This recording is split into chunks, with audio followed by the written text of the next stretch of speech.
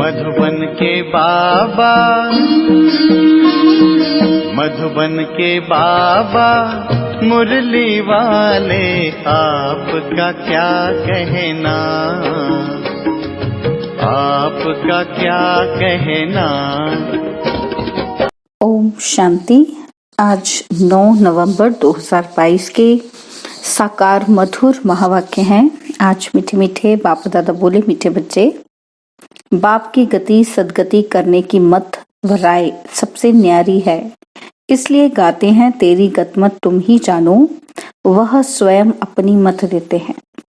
बाबा ने कहा, मीठे बच्चे, बाप की गति सदगति करने की मत व राय सबसे न्यारी है, इसलिए गाते हैं तेरी गतमत तुम ही जानो, वह स्वयं अपनी मत देते हैं। बाबा ने आज प्रश्न पूछा कि ब्रह्मा कुमार कुमारी कहलाने के अधिकारी कौन, उनका स्वभाव कैसा होगा। और उत्तर में बाबा समझाते, जो बाप समान मीठे और प्यारे हैं, जो कभी मतभेद में नहीं आते, वही ब्रह्मा कुमार कुमारी कहलाने के अधिकारी हैं। बीके का स्वभाव बहुत बहुत मीठा होना चाहिए, अंदर जरा भी कड़वापन अथवा देह अभिमान ना हो। मुरली का गीत है ओम नमः शिवाय। ओम शांति। सब सेंटर्स के नूरे रत्नों को बेहद का बाप समझा रहे हैं। सेंटर्स वाले बच्चे समझेंगे और सुन सकेंगे कि बाप क्या समझाते हैं। देखो, इस दुनिया में हर एक को हर एक के लिए नफरत है। गोरों को कालों के लिए नफरत है। समझते हैं ये हमारे गांव से निकल जाए, इतनी नफरत आती है। इतने धर्म वाले हैं, सब एक दूसरे लड़ते झगड़ते रहते हैं। यह है ही रावण का राज्य, उनका अब अंत है। मनुष्य तो जानते नहीं, पुकारते रहते हैं कि हे पतित पावन, दुख हरता सुख करता, हे लिबरेटर आओ। दुख तो सबको है ही। बुद्धि भी कहती है कि इनको हेवन तो नहीं कहेंगे। स्वर्ग ही सबको याद आता है तो जरूर नर्क अभी है। नई दुनिया थी जरूर, फिर वह शांति के बाद सुख की दुनिया आएगी जरूर। वहां इस दुख धाम का नाम निशान नहीं होगा। अभी फिर सुख शांति का नाम निशान नहीं है। 5000 वर्ष पहले सुख धाम था, बाकी सब आत्माएं शांति धाम में रहती थी। यह भी तुम अब समझते हो, जबकि तुमको परमपिता परमात्मा ने समझाया है।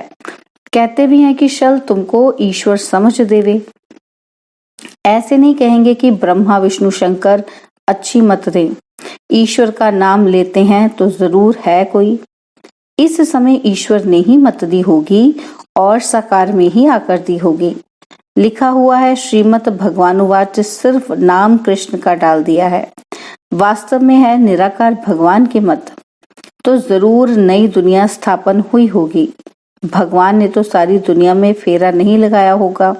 ना सारी दुनिया आ सकती है, ना भगवान सबके पास जा सकता है, ना सब परमात्मा के सम्मुख हो सकते हैं। कितने ढेर मनुष्य हैं, कोई बड़ा आदमी आता है, उनको भी कोई सबने थोड़ी देख सकेंगे। इतनी सब मनुष्य आत्माओं को बाप आकर गति व सदगति देते हैं। शांति धाम और सुख धाम अलग अलग है। सुख धाम में अशांति नहीं होती और दुख धाम में फिर शांति नहीं होती। ये सब बातें बाप समझाते हैं, जो कोई शास्त्र में नहीं होगी। भगवान को कहा जाता है नॉलेजफुल। वह सब कुछ जानते हैं। उनकी गति व सदगति की मत सबसे न्यारी है। गाते भी हैं कि हे प्रभु, तुम्हारी गतमत तुम ही जानो। जब तुम बताओ तभी हम जाने। तो जरूर उनको आना पड़े, नहीं तो सदगति कैसे दें। सर्व का सदगति दाता और सर्व का बाप वह है। सब आपस में भाई भाई हैं, ना कि बाप ही बाप। यह समझ की बात है, परंतु आसुरी मत ने जो सुनाया वह मान लिया। सब आसुरी मत के अधीन हैं। तुम्हारे पास अब कितनी रोशनी है। यह लक्ष्मी नारायण जो इतनी ऊंच सदगति को पाए हुए हैं, उनमें भी यह नॉलेज नहीं रहती। त्रिकालदर्शी बाप है, उन द्वारा यह राज्य पाया है। बाप किन्हों को आकर त्रिकालदर्शी बनाते हैं? तो जरूर बच्चों को ही बनाएंगे। सगे बच्चों को सिखाएंगे, फिर उन द्वारा और सीखेंगे। बाप का बच्चा ब्रह्मा और ब्रह्मा के बच्चे तुम ब्राह्मण। विष्णु व शंकर के बच्चे नहीं कहा जाता। गायन है प्रजापिता ब्रह्मा, तो यह ब्रह्मा भी पिता है, शिव भी पिता, दोनों बाप ठहरे। जरूर ब्रह्मा द्वारा ही सृष्टि रचेंगे। गायन भी है कि ब्रह्मा द्वारा ब्राह्मणों की स्थापना। अनेक धर्म मनुष्य के हैं तो एक धर्म भी मनुष्य का था। मनुष्य की बात है, जानवरों की तो हो ना सके। बाबा ने समझाया है, पहला प्रश्न पूछो कि पतित पावन कौन, परमपिता परमात्मा या गंगा जल? एक फैसला करो। फिर इतने मेले आदि पर जो भटकते हैं उनसे छूट जाएंगे। कहते हैं पतित पावन तो बुद्धि ऊपर जाती है। पतित पावनी गंगा कहने से फिर बुद्धि पानी की तरफ चली जाती है। ज्ञान अमृत नाम सुना है तो गंगा जल को अमृत समझते हैं। तो सबसे मुख्य प्रश्न यह है। बाबा युक्तियां बहुत बताते हैं, परंतु किसी को याद भी पड़े। बच्चे लिखते हैं बहुत प्रभावित हुआ, परंतु बुद्धि में बैठा कुछ भी नहीं। सिर्फ इतना समझते हैं ब्रह्मा कुमारियां अच्छा रास्ता बताती हैं।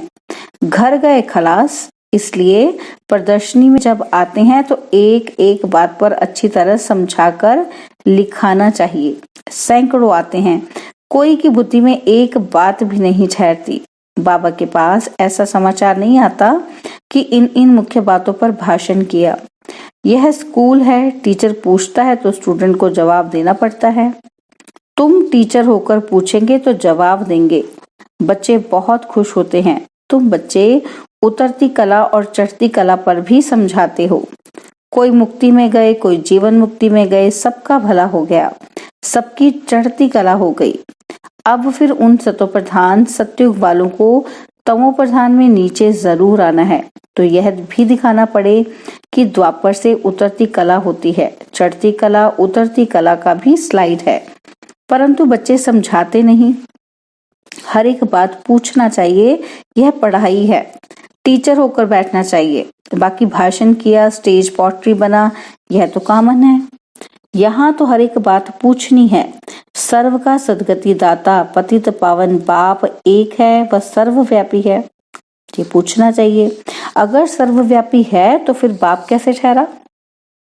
बताओ, पतित पावन ज्ञान का सागर गीता का भगवान है या श्री कृष्ण? भगवान किसको कहेंगे? जरूर निराकार को कहेंगे। इस हिसाब से गीता खंडन हो गई। गीता माई बाप खंडन से तो सब शास्त्र खंडन हो गए।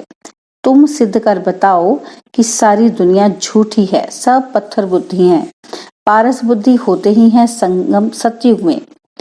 पारस बुद्धि होते हैं सतयुग में। पत्थर बुद्धि है तब तो बाबा आकर पारस बुद्धि बनाते हैं। जो पारस बुद्धि थे वही आकर पत्थर बुद्धि बने हैं।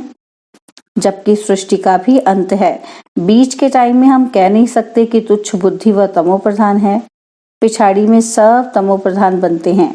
क्रिश्चियन धर्म आया तो ऐसे नहीं कहेंगे कि तमोगुणी थे, नहीं, उनको भी सतो रजो तमो से पास करना है। इस समय सारा झाड़ जड़ जड़ी भूत है, इनका विनाश होना है, इस पर अच्छी रीति भाषण करना है। ऐसे नहीं जो आया सो बोल दिया। बड़े अक्षरों में यह पहेली लगा दो, जो सब पढ़ें कि गीता का भगवान पुनर्जन्म रहित ज्ञान सागर परमपिता परमात्मा या श्री कृष्ण भगवान ने ही गीता रची और पतितों को पावन बनाया। याद भी उनको करते हैं।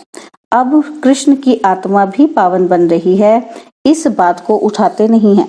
5 विकारों के डायलॉग बहुत अच्छे करते हैं। विहंग मार्ग की सर्विस करनी चाहिए। अपने को अक्लमंद बहुत समझते हैं, परंतु ख्याल करना चाहिए कि अक्लमंद कैसे हो सकते हैं। अभी तो कच्चे हैं। हर एक मर्चेंट, हर एक धर्म वालों को तुम्हें अलग अलग निमंत्रण देना है। रामकृष्ण वालों का बड़ा मठ है, हरिजन की भी एसोसिएशन है, उनके जो मुख्य हैं सबको निमंत्रण देकर बुलाना चाहिए। ऐसे काम करने वाले कोई हो जो उसमें लगे रहें। आपस में राय करनी चाहिए। बाप श्रीमत देते हैं, क्या देते हैं कि कैसे करना है ये सारा प्रोग्राम। मुख्य प्रोब की बात उठानी है। तुम माताओं को अच्छी तरह ललकार करनी चाहिए, कमजोर नहीं बनना चाहिए। लेकिन कोई ब्राह्मणों की भी आपस में नहीं बनती है। मतभेद के कारण आपस में बात भी नहीं करते हैं। देह अभिमान बहुत है। राम राज्य में जाने के लिए तो लायक बनना पड़े ना। यह है ईश्वरीय राज्य, इसमें आसुरी स्वभाव भले रह न सके, उनको तो बीके कहलाने का भी हक नहीं है। बाप कितना मीठा प्यारा है, तो बाप समान बनना चाहिए। कोई कोई बच्चे इतने कड़वे बन पड़ते हैं, बाप कहते हैं ये तो जंगली कांटे हैं, तो एक एक बात पर अच्छी तरह पूछकर फिर लिखाना चाहिए। पतित पावन परमात्मा या गंगा, सर्व का सदगति दाता परमपिता परमात्मा या पानी की गंगा, ऐसे चित्र बनाने चाहिए। प्रोजेक्टर में भी पहेलियां आ सकती हैं। अब जज करो गीता का भगवान कौन? बाप तो डायरेक्शन देते हैं, पहली मूल बात सिद्ध करो। अल्फ को जाना तो सब कुछ जान जाएंगे, बीज को जानने से झाड़ को जान जाएंगे। तुम बच्चों को बहुत मेहनत करनी है, सिर्फ कहते हैं बीके बहुत अच्छी सर्विस कर रही हैं। मनुष्य को लाभ लेना चाहिए, आता एक भी नहीं है। अच्छा, मीठे मीठे सिकिलदे बच्चों प्रति माता पिता बाप दादा का याद प्यार और गुड मॉर्निंग। रूहानी बाप की रूहानी बच्चों को नमस्ते। हम रूहानी बच्चों की रूहानी बाप दादाजी को दिलवा जान सिखवा प्रेम से नमस्ते। ओम शांति। प्यारे बाबा, मीठे बाबा, मेरे बाबा, शुक्रिया बाबा, शुक्रिया बाबा, शुक्रिया बाबा। धारणा के लिए मुख्य सार है। पहला पॉइंट है, आपस में राय कर विहंग मार्ग की सेवा करनी है, कभी मतभेद में नहीं आना है। और सेकंड पॉइंट है, टीचर बन सभी को अल्फ की पहचान देनी है, चढ़ती कला और उतरती कला का राज समझाना है, ज्ञान की पहेलियां पूछकर सत्यता को सिद्ध करना है। बाबा ने आज वरदान दिया कि मास्टर दाता बन खुशियों का खजाना बांटने वाले सर्व की दुआओं के पात्र भव। मास्टर दाता बन खुशियों का खजाना बांटने वाले सर्व की दुआओं के पात्र भव। वर्तमान समय सभी को अविनाशी खुशी की आवश्यकता है। सब खुशी के भिखारी हैं। आप दाता के बच्चे हो। दाता के बच्चों का काम है देना। जो भी संबंध संपर्क में आए उसे खुशी देते जाओ, कोई खाली ना जाए, इतना भरपूर रहो। हर समय देखो कि मास्टर दाता बनकर कुछ दे रहा हूँ या सिर्फ अपने में ही खुश हूँ। जितना दूसरों को देंगे उतना सबकी दुआओं के पात्र बनेंगे और यह दुआएं सहज पुरुषार्थी बना देंगे। स्लोगन है, संगम की प्राप्तियों को याद रखो तो दुख व परेशानी की बातें याद नहीं आएंगी। संगम की प्राप्तियों को याद रखो तो दुख व परेशानी की बातें याद नहीं आएंगी। आज मातेश्वरी जी के भी अनमोल महावाक्य सुनते हैं। तो मातेश्वरी जी कहती हैं कि ओम रटो माना ओम जपो। जिस समय हम ओम शब्द कहते हैं तो ओम कहने का मतलब यह नहीं कि ओम शब्द का उच्चारण करना है। सिर्फ ओम कहने से कोई जीवन में फायदा नहीं, परंतु ओम के अर्थ स्वरूप में स्थित होना, उस ओम के अर्थ को जानने से मनुष्य को वो शांति प्राप्त होती है। अब मनुष्य चाहते तो अवश्य है कि हमें शांति प्राप्त हो। उस शांति स्थापन के लिए बहुत सम्मेलन करते हैं, परंतु रिजल्ट ऐसे ही दिखाई दे रही है कि और ही अशांति दुख का कारण बनता रहता है। क्योंकि मुख्य कारण है कि मनुष्य आत्मा ने जब तक 5 विकारों को नष्ट नहीं किया है तब तक दुनिया पर शांति कदाचित हो नहीं सकती। तो पहले हर एक मनुष्य को अपने 5 विकारों को वश करना है और अपनी आत्मा की डोर परमात्मा के साथ जोड़नी है, तभी शांति स्थापन होगी। तो मनुष्य अपने आप से पूछे, मैंने अपने 5 विकारों को नष्ट किया है, उनको जीतने का प्रयत्न किया है?